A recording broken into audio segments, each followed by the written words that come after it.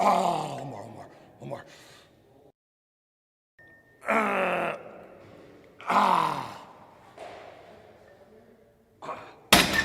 Woo.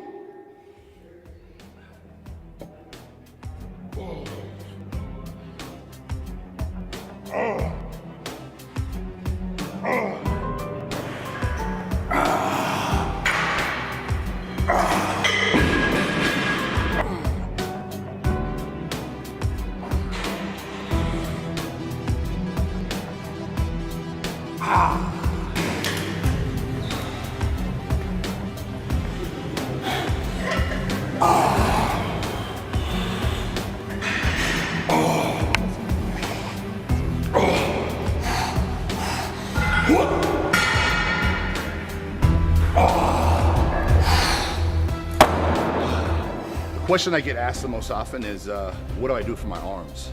And you know, the truth of the matter is, usually when you look around the gym and you see someone with an outstanding body part or a body part that stands out from the rest, it's normally genetics. It's usually the wrong person to ask because normally they were born with that body part. You ask someone that has genetically good calves, they can't tell you how they got them because they were born with them. But in my case, my arms were shit. So I've worked my ass off to build these arms up.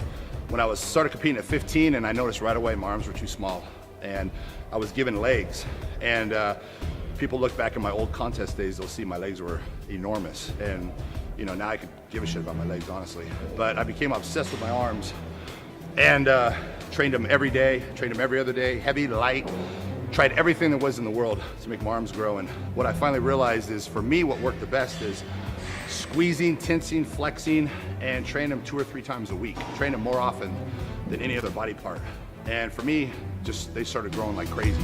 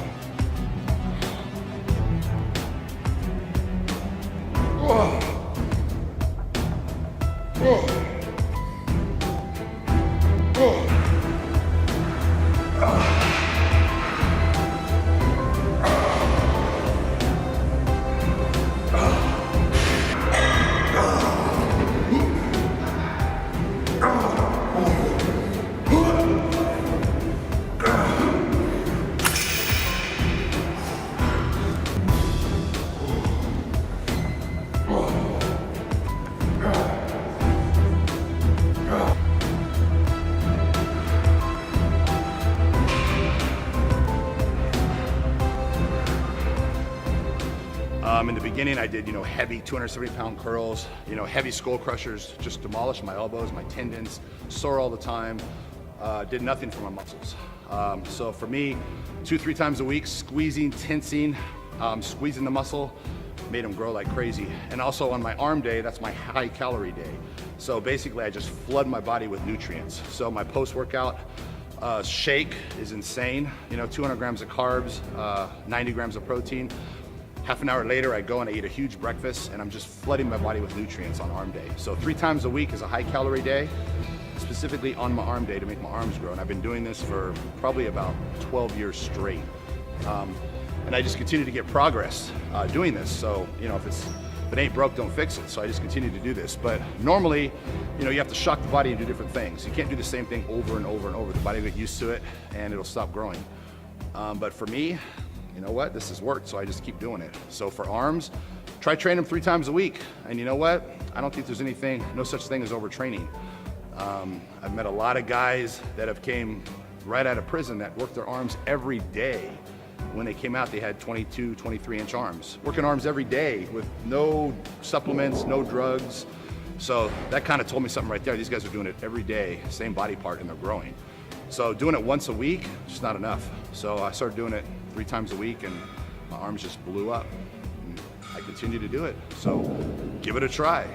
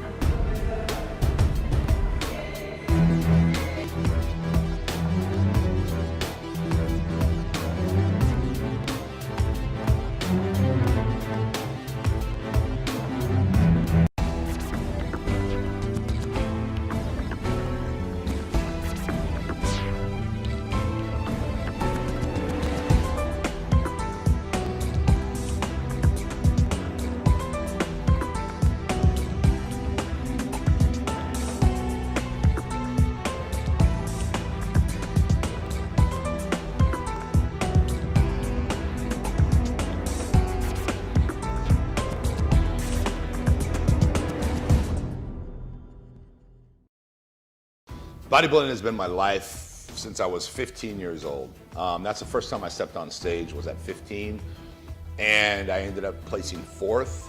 And ever since that day, I've just been obsessed with bodybuilding. It's just, an incredible sport. To be up on stage and have all eyes on you and showing off all the time you spent building your physique is just an incredible feeling.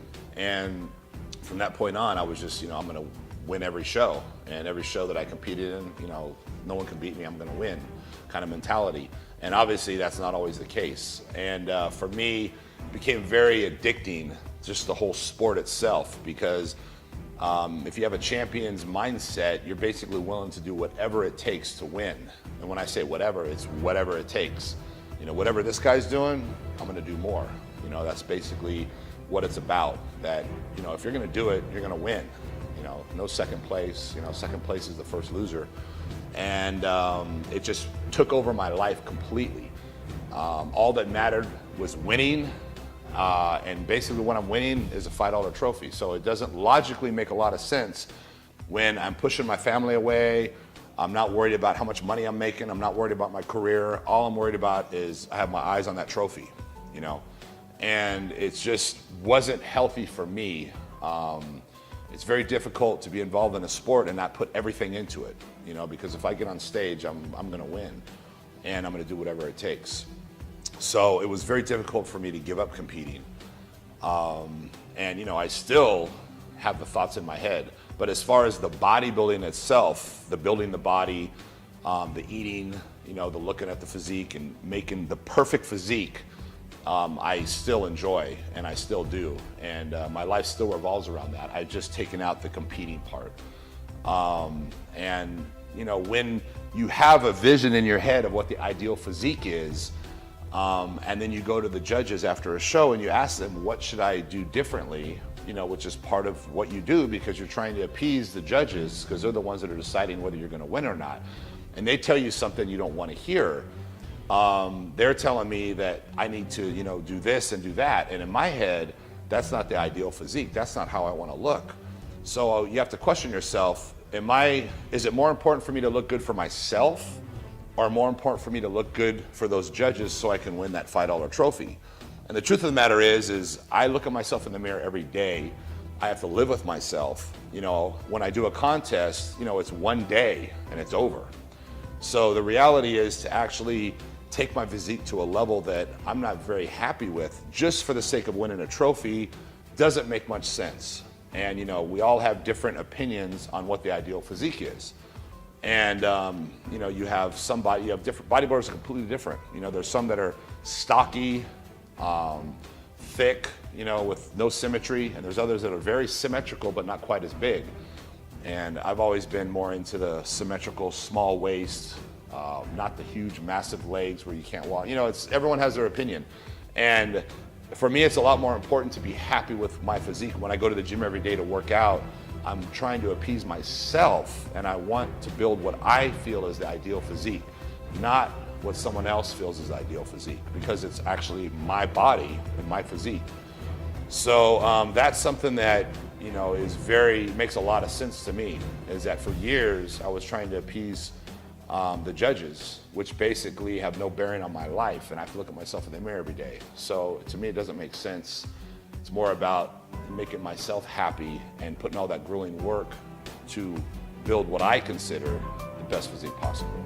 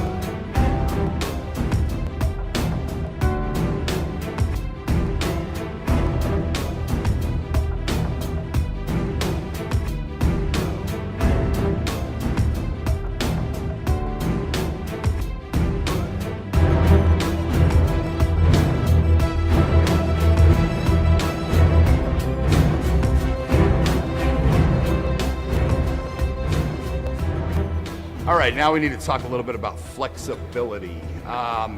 Very, very, very into flexibility. The reason being is because as you put on muscle, you lose function and you lose mobility and you lose flexibility. And for me, it's very important for me to, to keep my my function of my body. And a lot of, you see a lot of guys, they get so muscle bound, it's hard for them to take their shirt off or, hard to, and to me that makes no logical sense. If you're gonna build muscle, you wanna keep the function of the body. You wanna improve yourself, not go backwards. And I feel like if you're losing function of the body, you're going backwards in a sense. So I'm a big believer in stretching. And I've always told people you have to stretch, stretch between sets, stretch after you work out, and stay limber. And I've always stretched. And I'm very limber, very mobile. I basically, I can dunk a basketball, I can run a 4.740, believe it or not, but I can. And that's just because of the years of stretching and staying athletic. I'm not just spending all my time trying to get big. So I think you have to, you have to do a variety of things. You can't just do one thing. So flexibility is very important. And also flexibility will help improve muscle growth. Stretching the fascia tissue will allow the muscle to grow at a faster rate and bring blood to the muscle and help heal the muscle. So stretching is a great thing that's overlooked. I very seldom see people stretching, at least in the bodybuilding, weightlifting, powerlifting world. So my advice, start stretching. It's gonna make a world of difference.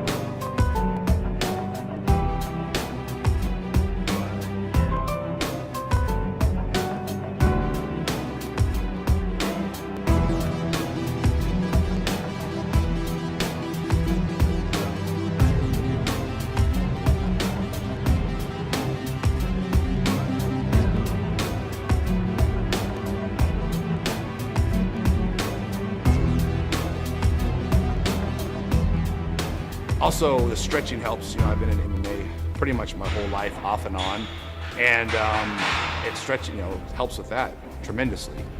And basically, that's my form of cardio. I don't see any point in sitting on a life cycle for an hour, just pedaling away, staring up into space. Make good use of your time. So if you're going to do a form of cardio, why not do something you're going to learn and it's going to be fun, and you're actually doing something.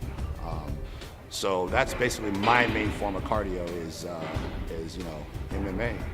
Kicking a bag, hitting a bag, learning, training with someone, having someone teach me certain things, sparring, time flies by, and I'm improving myself. So constantly, you need to always be improving yourself in all aspects of life, not just in the gym. You're improving your flexibility, you're improving your learning, you're constantly improving every aspect. So that's basically my 2 cents. I don't think that Bill Phillips looked at it as, I want to compete against them, I want to destroy them. If they pass legislation basically making any type of food supplement a prescription item, that would be the end, the death of the entire food supplement industry. Take your vitamin pill now. In the 1960s, the sports supplement industry was barely emerging. I think the reason why Joe Weider was so successful was he had Arnold on his side. He wasn't selling supplements. He was in the dream business. Joe Weider was a marketing genius. People would say the promotions or the endorsements back then were cheesy. To me, it wasn't. I loved it. Fitness was taking off. You know, fitness became cool. You had a lot of readers that wanted to be like the stars that they idolized. Bill's strength is his marketing savvy. He's a marketing genius. It's only vitamin. The right of American citizens to have free access to dietary supplements of their choice. Consult your physician. You might as well consult the next guy you meet on the street. They don't know a damn thing about vitamins and nutrition. The dietary supplement industry became the #2 most regulated industry. Nuclear, dietary supplements, pharmaceutical. We are more regulated than drugs. They come in and you need to allow the FDA. They have jurisdiction. The enforcement is kind of the questionable side of it, and how do they really get a handle on this monster? A lot of people tell me that the dietary supplement industry is completely unregulated. It's the wild, wild west out there. It's a free-for-all. That could not be further from the truth. A dietary supplement is not allowed to have a side effect. I always say the pharmaceutical has to have a minimum of 100 side effects in order for it to be a drug. And now, it's a $40 billion industry and growing. That's the really interesting thing, is the cast of characters from the 80s, when it was kind of iffy, to now, when it's a lot more legitimate. They made it sound cutting edge, revolutionary, and different, and I want that. That's cool. We are in this industry to improve our health. It's not just a vanity project here, we're working on our lifeline. We eat a certain way to improve our health, we train a certain way to improve our health. Supplements are just that. They supplement your work, your graft, your nutrition. They demonize dietary supplements, but they say all you need is real food. Well, what's a real food? They pump you up and get you harder, stronger, faster, bigger. Doc, I want to take this weight gain. I want to take this pre-workout. No way. That stuff, we don't know what's in that. It could be, no way. I'm not going to give you, it's going to kill the industry, bottom line. So I must have drank so much protein powder from age 15 to 18 that my head was going to explode. I believed in metrics so much that I would probably punch somebody in the face if they tried to take it away from me.